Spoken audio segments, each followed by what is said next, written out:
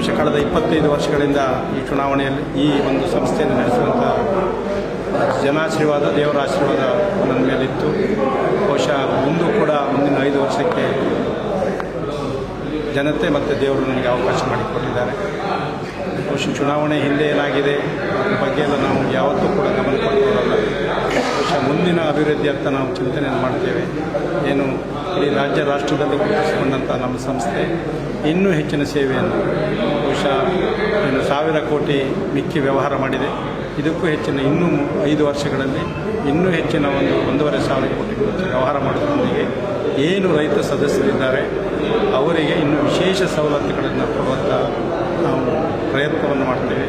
ಬಹುಶಃ ಸಮಾಜದ ಸದಸ್ಯರ ಎಲ್ಲರ ಸಹಕಾರವನ್ನು ಮುಂದಿನ ಏಳಿಗೆಗೆ ಮತ್ತು ಅಭಿವೃದ್ಧಿ